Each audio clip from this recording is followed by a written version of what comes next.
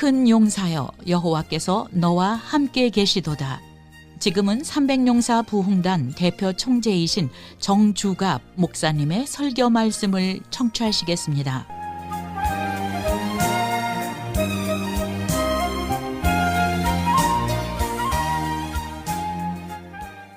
안녕하세요. 좋은 아침입니다.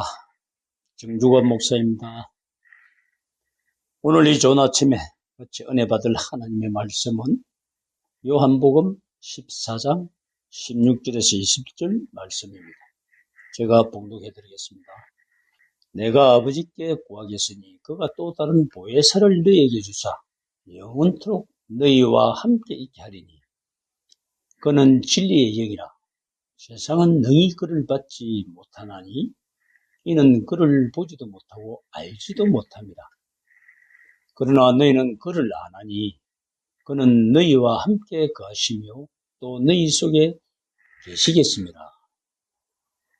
내가 너희를 고아와 같이 버려두지 않냐고 너희에게로 오리라. 조금 있으면 세상은 다시 나를 보지 못할 것이로되 너희는 나를 보리니 이는 내가 살아있고 너희도 살아있겠습니다. 그날에는 내가 아버지 안에 너희가 내 안에 내가 너희 안에 있는 것을 너희가 알리라. 아멘. 이 말씀으로 임마누엘의 축복이라는 제목으로 이 시간 같이 은혜 나눠보도록 하겠습니다. 우리 하나님의 아들이신 예수님께서는 동정녀 마리아의 몸에 잉태돼서 육신을 입고 이 세상에 오셨습니다.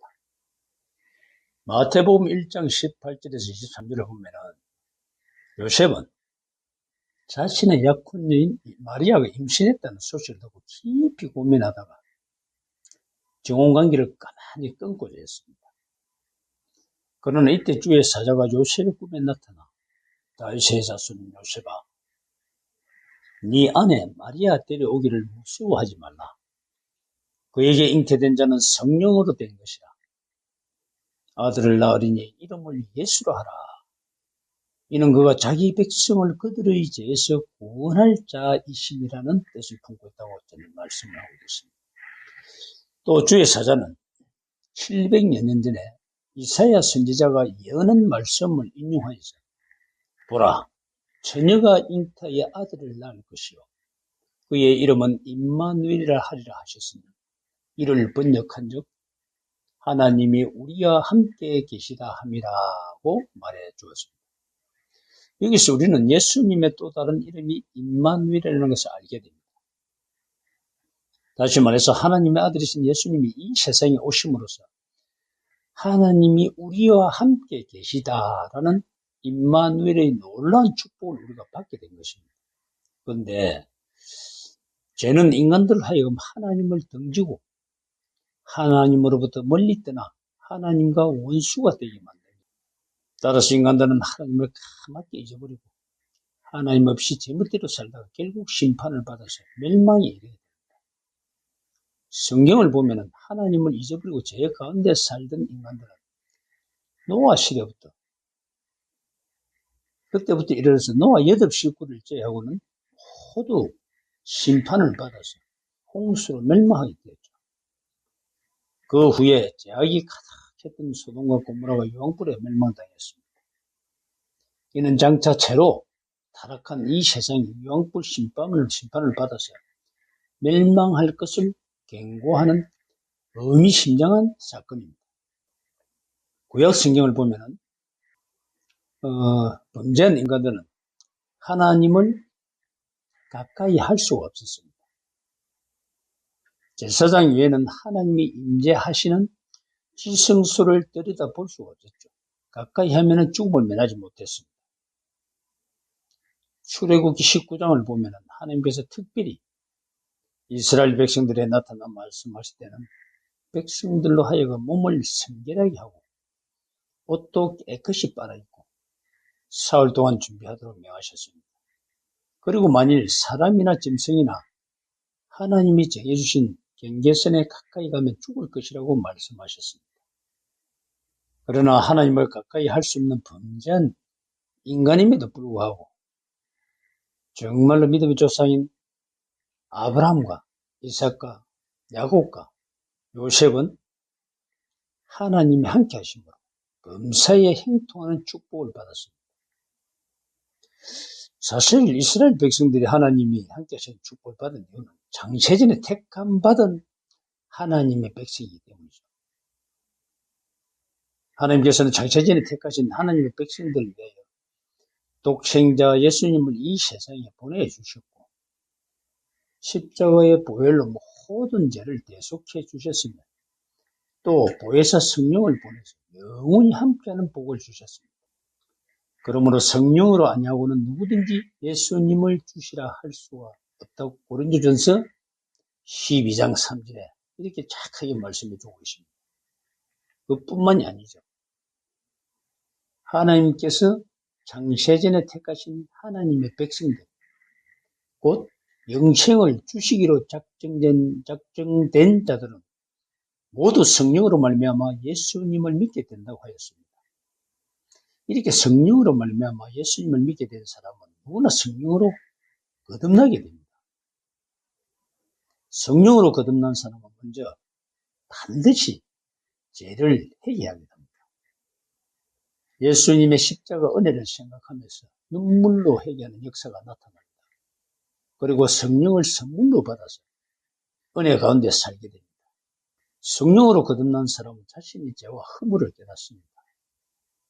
동시에 하나님의 사랑을 깨달으면서 자신의 사명이 무엇인지 알고 하나님 앞에 충성하게 됩니다. 또 여러 변화가 일어납니다. 성품이 변하고 생각하는 것이나 말하는 것이나 가치관이 완전히 달라지죠. 따라서 삶의 목표와 목적이 달라지고 점점 더 거룩해지며 주님을 닮아가는 삶을 살게 됩니다. 그리고 능력을 받습니다. 믿음의 능력, 경건하게 살 수 있는 능력, 또 기도의 능력, 전도의 능력, 마귀를 이기는 능력, 그리고 환난과 시험을 이기는 능력을 갖게 됩니다.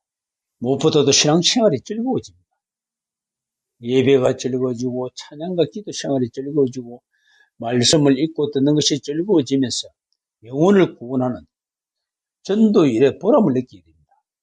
따라서 성령으로 거듭난 사람은 성령의 은혜로 말미암아 점점 더 행복한 사람이 됩니다. 하나님을 더욱 사랑하게 되고 하나님을 위한 소원을 가지게 되면서 마침내 하나님의 영광을 위한 헌신된 일꾼이 됩니다. 사도 바울은 너희가 하나님의 성전인 것과 하나님의 성령이 너희 안에 계시는 것을 알지 못하느냐라고 말했습니다. 예수 믿는 사람은 혼자가 아닙니다. 언제나 하나님의 함께 하십니다. 본문에서 예수님께서는 그가 또 다른 보혜사 너희에게 주사 영원토록 너희와 함께 있게 하리니 그는 너희와 함께 거하시며 또 너희 속에 계시겠습니다. 내가 너희를 고아와 같이 버려두지 않냐고 너희에게 오리라고 약속하는 말씀까지 해주십니다. 따라서 예수 믿는 사람은 우리와 함께 하시는 하나님이 우리 안에, 우리가 하나님 안에 있는 엄청난 축복을 받은 사람들입니다. 그러므로 저와 여러분은 그 옛날 믿음의 조상인 아브라함, 이삭, 야곱, 요셉 그리고 이스라엘 백성보다 더 큰 복을 받은 자들입니다. 이처럼 예수 믿는 사람들은 하나님이 함께 하시는 엄청난 복을 받았음에도 그 큰 환난을 당할 때는 마치 하나님이 자신을 떠난 것처럼 그렇게 해갖고 하나님이 멀리 계신 것 같고 또 하나님만으로부터 또 버림받은 것 같은 그런 마음을 갖게 됩니다. 그러나 이런 느낌에 절대 속지 마시기 바랍니다. 하나님이 나와 함께 계시는 것처럼 느껴지든지 또 그렇지 않든지 나를 떠나신 것 같은 생각이 들든지 아니 들든지 하나님은 우리와 함께 하겠다고 약속하신 것을 꼭 믿으시기 바랍니다. 이사야 43장 1절에 3절에 보면 이렇게 되어 있습니다. 야곱아 너를 창조하신 여호와께서 지금 말씀하시느니라. 이스라엘아 너를 지으신 이가 말씀하시느니라. 너는 두려워하지 말라.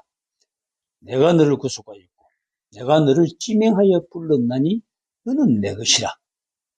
내가 네가 물가운데로 지날 때에 내가 너와 함께할 것이고 강을 건널 때에 물이 너를 침몰하지 못할 것이며 네가 불 가운데로 지날 때에 타지도 아니할 것이요 불꽃이 너를 사르지도 못하리니 대저 나는 여호와 내 하나님이요 이스라엘의 거룩한 이요 내 구원자임이라. 아멘. 성도 여러분, 하나님이 함께 하신다는 것은 아무 어려움 없이 편안하게 사는 것만을 의미하는 것은 아닙니다. 살다 보면 하나님의 자녀들도 환난을 당할 때가 있고 험난한 물속을 건너야 할 때도 있습니다. 무수한 물을 통과할 때도 있습니다. 그러나 어떤 환난이나 어려움 속에서도 하나님이 우리와 함께 하신다는 사실을 꼭 믿으시기 바랍니다. 또 환난의 때는 하나님이 우리와 함께 하심을 구체적으로 체험하는 그런 좋은 기회가 됩니다. 이사야 46장 33절에서 4절은 다음과 같이 전합니다. 야곱의 집이요 이스라엘 집에 남은 모든 자여 내게 들을지어다. 배에서 태어남으로부터 내게 안겼고 태에서 남으로부터 내게 업힌 자 내여 너희가 노년에 이르기까지 내가 그리하였고 백발이 되기까지 내가 너희를 품을 것이라. 내가 지었은즉 내가 업을 것이요 내가 품고 구하여 내리라. 아멘. 다시 말해서 우리가 이 세상에 태어난 때부터 천국에 갈 때까지 하나님 우리를 안아주시고 또 품어주시고 구해주시고 언제나 우리와 함께 하시겠다는 말씀입니다. 이런 말씀을 들으면 정말로 기뻐서 온몸에 전율이 일어나야 합니다. 이사야 49장 14절에서 17절을 보면 큰 환난과 고통을 당할 때에 이스라엘 백성들은 하나님이 우리를 버리고 잊으셨나 보다 하고 생각했습니다. 이때 하나님께서 이사야 선지자를 통하여 여인이 어찌 그 젖 먹는 자식을 잊겠으며 자기 태에서 난 아들을 긍휼히 여기지 않겠느냐. 그들은 혹시 잊을지라도 나는 너를 잊지 아니할 것이라. 내가 너를 내 손바닥에 새겼구라고 말씀해주고 계십니다. 사실 애굽을 떠난 이스라엘 백성들이 광야길을 걸어갈 때 보이는 것은 황량한 사막뿐이었으니 얼마나 막막하고 답답했겠습니까? 그러나 하나님께서는 이스라엘 백성들에게 여호와의 분깃은 자기 백성이라. 야곱은 그가 택하신 기업이로다. 여기에서 그를 황무지에서 짐승이 부르짖는 광야에서 만나시고 보유하시며 보호하시며 자기의 눈동자 같이 지키셨도다 하고 신명기 32장 9절에서 10절에서 말씀하고 계십니다. 그러므로 여러분도 고통이 심할 때에 또 환난 중에 있을 때 사업이 어려울 때에 병으로 고생할 때 마치 하나님이 나를 버리신 것만 같은 절망적인 생각에 휩싸이기 쉽지만 하나님께서 나와 함께 하신다는 약속의 말씀을 붙잡고 의심 없이 살아가시기 바랍니다. 여러분들이 다 아시는 글이지만 은혜로운 글이라서 다시 한번 소개해드립니다. 어느 날 밤 나는 한 꿈을 꾸었습니다. 주님과 함께 바닷가 모래 위를 거니는 꿈이었습니다. 하늘을 가로질러 저 멀리 내 인생의 장면들이 펼쳐졌습니다. 지평선 모래 위에 나란히 그려진 두 사람의 발자국, 하나는 나의 발자국, 또 하나는 주님의 발자국이 사이좋게 멀리 이어져 있었습니다. 발자국이 멈춰진 그곳에서 내 인생의 긴 길을 뒤돌아보았습니다. 그런데 어느 순간 지나온 모래 위에 한 사람의 발자국밖에 없는 것을 발견하고 나는 깜짝 놀랐습니다. 생각해보니 그때는 내가 아플 때였습니다. 참으로 견디기 어려운 시기로 너무나 비참하고 슬플 때였습니다. 나는 옆에 계신 주님께 물었습니다. 주님, 제가 당신을 따르기로 결심했다. 주님은 항상 저와 함께 하셨다고 약속하셨죠. 그런데 제가 주님을 가장 필요로 하였을 때 주님 어디 계셨습니까? 이때 주님께서 조용히 대답해 주십니다. 나는 언제나 너를 사랑하였고 한시도 너의 곁을 떠나지 않았단다. 네가 어려움을 당할 때에 나는 항상 네 곁에 있었단다. 모래에 찍힌 한 사람의 발자국은 너의 발자국이 아니라 나의 발자국이란다. 환난 때에 내가 너를 품에 안았고 네가 피곤할 때에 내가 너를 등에 업고 걸어간 나의 발자국이란다. 모두가 아는 글이지만 시사하는 바가 그래서 다시 한번 소개해드렸습니다. 사랑하는 성도 여러분, 때는 일이 있고 몸이 아프고 환난을 당할 때에 언제나 함께 하시는 주님께서 우리를 안고 가시고 업고 가신다는 것을 꼭 믿으시기 바랍니다. 일본의 기독교 유료 작가인 유라 아야코는 13년간의 긴 투빈 생활에서 하나님이 나와 함께 계신다는 뜻인 임마누엘 아멘이라는 간단한 기도가 버팀목이 되어졌다고 전하고 있습니다. 때때로 의심이 들 때마다 임마누엘 아멘 하고 외치면은 전능하신 하나님께서 나의 모든 것을 알아주신다는 기쁨이 격려가 되고 위로가 되었습니다. 큰 힘이 되었다고 고백하고 있습니다. 또 검은 대륙 아프리카에서 헌신한 위대한 선교사님 데이비드 리빙스턴이 말년에 중국 옥스퍼드 대학에서 명예 박사 학위를 받게 되었습니다. 학위 수여식에 앞서서 예배 시간에 그는 학생들 앞에서 자신의 경험담을 이야기했습니다. 무덥고 짜증나는 한낮과 춥고 소름 끼치는 밤을 지르며 온갖 짐승과 토인들의 공격을 받고 오른팔을 사자에게 물려 불구가 된 일들도 소개를 했습니다. 리빙스턴이 연설을 마치자 한 학생이 그 많은 어려움 속에서 어떻게 선교를 계속할 수 있었는지 비결을 물어봤죠. 그는 잠시 생각에 잠기는 입을 열었습니다. 내게 비결은 아무것도 없습니다. 마태복음 28장 20절에 내가 세상 끝날까지 너희와 항상 함께 있으리라고 하신 주님의 약속의 말씀과 그분의 십자가가 나를 끝까지 붙들어 주었을 뿐입니다. 하나님 환난 가운데서도 우리와 함께 하실 뿐 아니라 우리가 죄 가운데 있을 때라도 우리를 떠나거나 버리지 않으시고 함께 하신다는 것을 정말 믿으시기 바랍니다. 이 세상 어느 부모가 사랑하는 자녀가 죄를 범하여 감옥에 들어간다고 해서 어이구 잘됐다 고생 한번 실컷 해봐라고 기뻐하겠습니까? 어머니는 감옥에 있는 아들이 고생할까 봐 배내를 신청하고 옷을 들여보내고 유치금을 넣어주고 아들의 석방에서 날마다 눈물로 기도하며 안타까워합니다. 마찬가지로 우리 아버지 되시는 하나님께서도 우리를 떠나거나 버리지 않으시고 늘 함께 계신다는 것을 믿으시기 바랍니다. 제가 아는 어느 장로님이 출장 갔다가 호텔방에서 한 영화를 계속 보게 됐답니다. 그러나 그가 이것을 회개하자 성령께서 네가 그것을 보고 있을 때 나는 울고 있었답니다. 다시 가면서 이 말씀을 하시더랍니다. 그러면서 책망하시다는 것을 고백을 하는 그 간증을 제가 들은 적이 있습니다. 여러분이 교회에 나오든지 안 나오든지 언제나 하나님은 여러분과 함께 하십니다. 심지어 우리가 죄 가운데 있을 때라도 보혜사 성령께서 편함없이 우리 안에 계시다는 것을 믿으시기 바랍니다.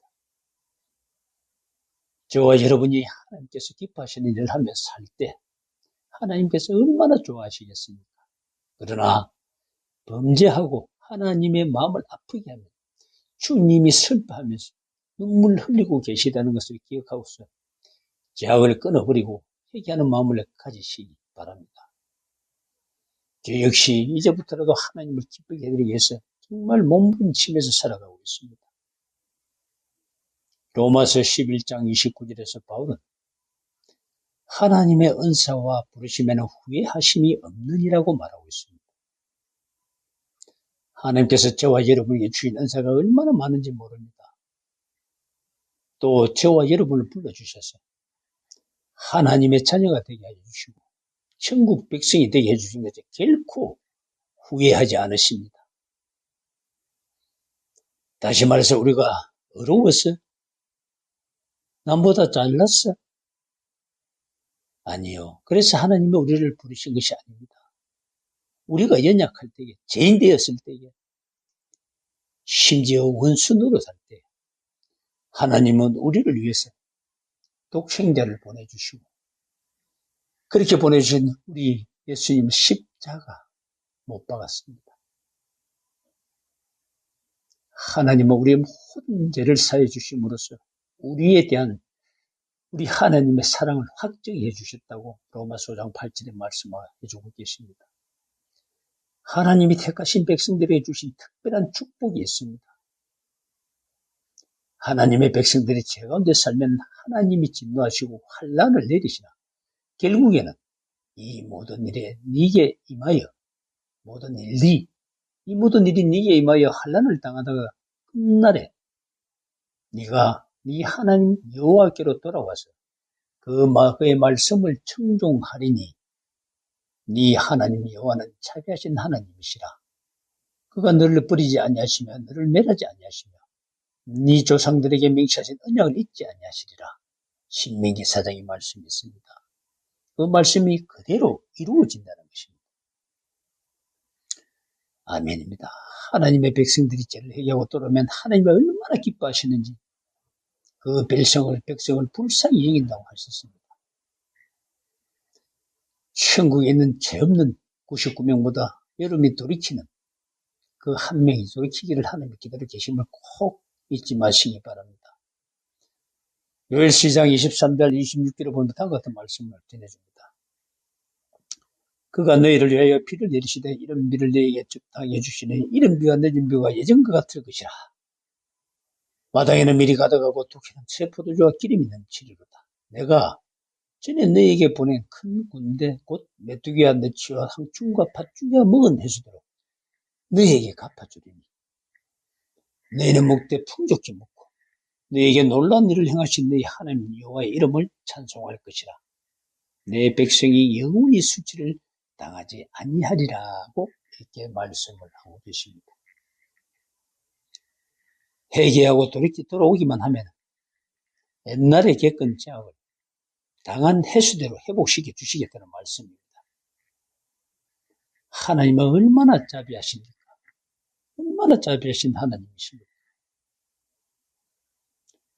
결론입니다. 지금까지는 어떻게 살았든 또 어떻게 하고 있든 모르겠지만 지금부터라도 정말 이 말씀이 내 말씀이 되어서 하나님 말씀 안으로 하나님 품 안으로 하나님이 기뻐하시는 그 일을 해드리는 또 그 일을 하는 일에 그런 자리에 기도의 자리에 예배의 자리에 나와서 하나님 앞으로 돌아오는 그런 놀라운 역사가 있게 되기를 주의 이름으로 축원을 드립니다. 하나님은 언제나 우리와 함께 하심으로 저와 여러분은 결코 혼자가 아닙니다. 심지어 우리가 죄 가운데 있을 때라도 하나님이 우리와 함께 하신다는 것을 알고 또 우리로 인하여 선포하실 주님을 생각하면서 속히 회개하고 주님 앞으로 돌아오시기 바랍니다. 항상 이 말씀을 붙잡고 승리하며 주님의 사랑과 축복을 받으시기를 주의 이름으로 축원을 드립니다. 하나님 아버지 감사합니다. 귀한 말씀 서로가 나눴습니다. 이 말씀 그냥 듣고 흘리지 말지 않도록 해주시고 정말로 다시 한번 주님의 품 안으로 들어오는 놀라운 역사가 있는 이 방송을 들은 모든 분들이 다 될 수 있도록 역사해 주셔서 하나님 하나님 살아계심과 또 하나님 우리와 함께 계심을 진정으로 체험하고 자복하며 모두에게 전가할 수 있는 우리 모두들의 삶이 될 수 있도록 역사해 주시고 복 내려 주시옵소서. 예수님의 이름으로 축복하며 기도드립니다. 아멘.